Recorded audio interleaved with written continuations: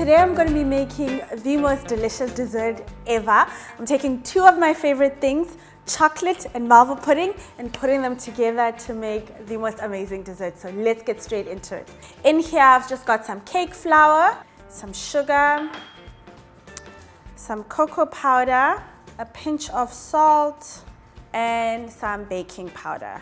Combine all of that together, add some milk, and then to that I'm going to dissolve my 1 teaspoon of bicarb in my milk.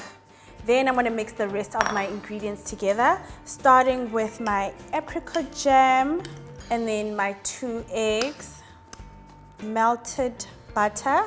Give this a nice beating.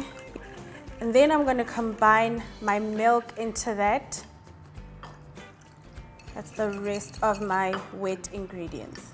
And then of course it's not a malva without some vinegar, so I'm going to add that as well.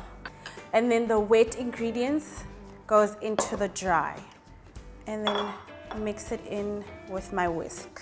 And while I'm mixing, I've got my oven on at 180 degrees, ready for my malva.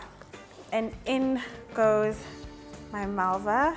Okay, so now to make the chocolate sauce. And what we're gonna do is we're gonna warm the cream. Once it's warm, we're gonna pour it into our chocolate. This is just chocolate that I chopped up so it's easier to melt.